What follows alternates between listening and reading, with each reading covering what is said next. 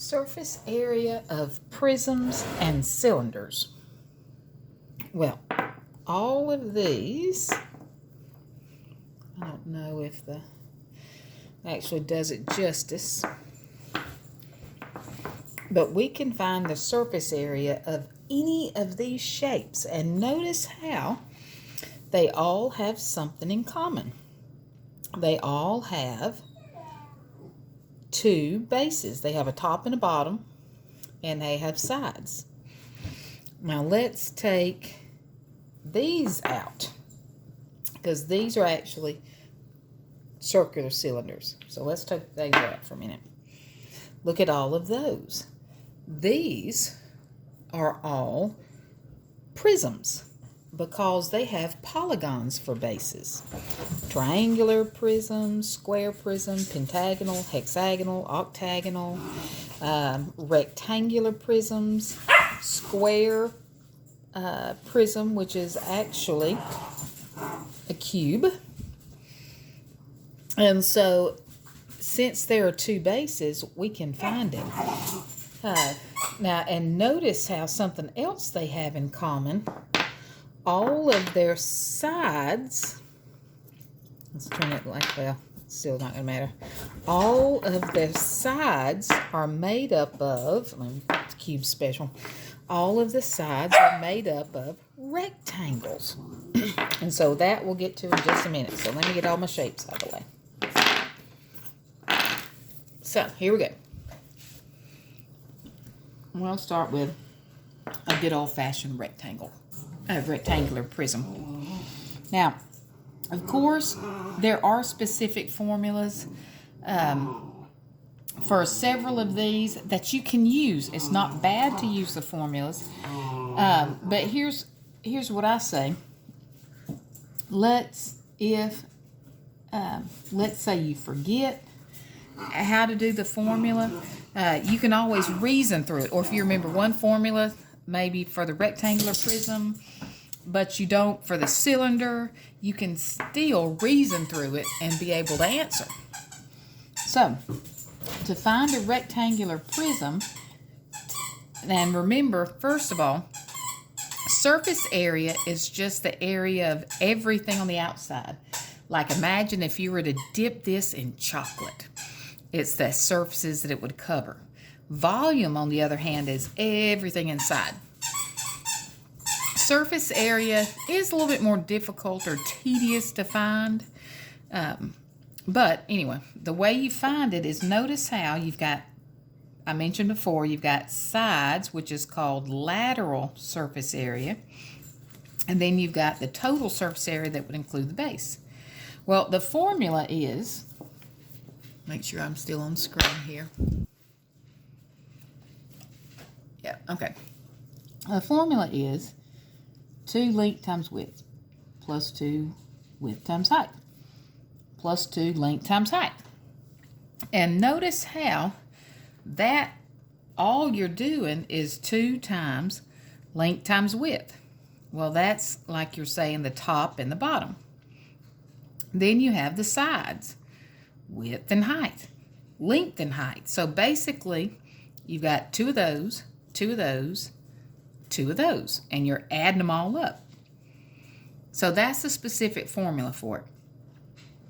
Now, just in general, there's another formula that you can also use that works in general for any prism or cylinder. And that is, you know you have 2 bases.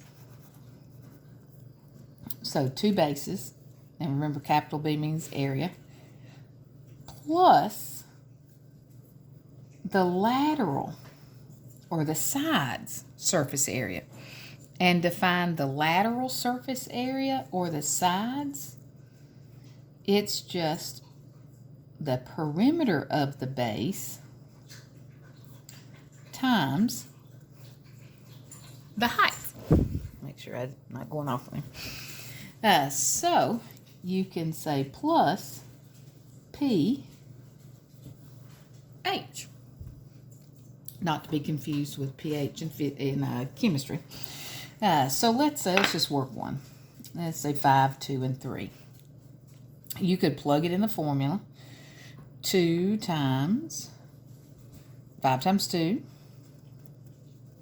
plus 2 times 3 plus 2 times 3 times 5. So we've got 10 times 2, 20, 12, 30, 62. Or, like I said, you could reason through it. Area of one, if you took those to be the bases, the area of the base, 2 times 5, 10, plus the perimeter. So 5 plus 2 plus 5 plus 2, 14, times a height of 3. 42 plus 20, 62. Now, to be honest, even with a rectangular prism, where this formula comes from, you could think of find the bottom, which is 10, 2 of those. So 2 times, or the bottoms, the top and the bottom would be 2 times 5 times 2, 10. You could say the sides. The sides are 2 times 3, 6. You could say front and back, hang on a second, about 12, 45, almost 1. 2 of the front here, that's 3, that's 3. So 3 times 5, 15, 30, 62. So you can reason through it. You can use reasoning that applies with any prism or cylinder.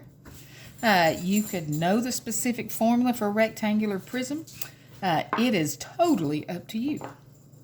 Now, this one is my favorite. Surface area of a cube. Because notice how top, bottom, left, right, up, down, they are all squares. So what you actually have is 6. I use a S for side or E for edge. You basically have the area of one of the squares times 6. So if I had a cube, which sides were 4, the area of one of them is 16. So 16 times 6, 96. And while I'm thinking about it, remember I don't use units a whole lot because I was trying to focus on the numbers, but like if I said those were 4 feet, area, surface area is just like area, square units. Volume is cubed, perimeter, it's just first power, meter, feet, whatever. So that's what makes a cube nice. Now, if you had a funky figure, like any of our polygons as far as hexagonal, pentagonal, octagonal, I would definitely do one of these. Then, of course, triangles, same thing. I would still stick with 2 times find the area of the base plus perimeter times a height. And the reason why that works is notice how you've got, as long as the shape is regular, or if it's regular, they're all the exact same size of rectangles. If it's, you can tell even here on the octagon, untag it. But let's say, look at this rectangular one. They are all rectangles, but they're different sizes. But if you do the perimeter, you get a big one, then you get a little one. You get a big one, and then you get a little one. And so take all of their lengths. They all have the same heights. That's where the perimeter comes in. But anyway, I digress. I better hurry so it won't be too long. Cylinders Same principle. There is a specific formula for cylinders. Now, if you think about it, remember I said this formula would lead you to all of them? Same thing here. 2 times the area of the base. Well, what is the area of the base? It's a circle. That's terrible. So pi r squared. Plus the perimeter of the circle, which you know to be the circumference times the height. So this is the specific formula for the surface area of a cylinder, but who wants to memorize that?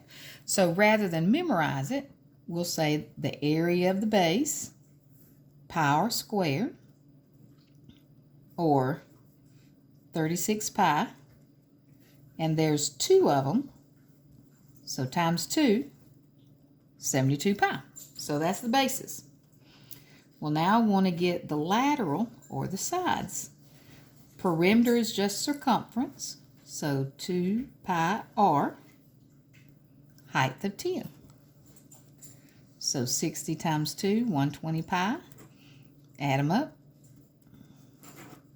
192 pi. Or if you wanted, you literally could just plug in the formula. The disadvantage is you just got to memorize it. The advantage of going back to do this one, 2 times the area of the base plus perimeter times height. This one will get you any prism or cylinder. So up to you. It's according to the way, whichever way your mind works better. Have a great day. Hope this was of help to you. And the next one I'll be doing is cones and pyramids and spheres. Oh my.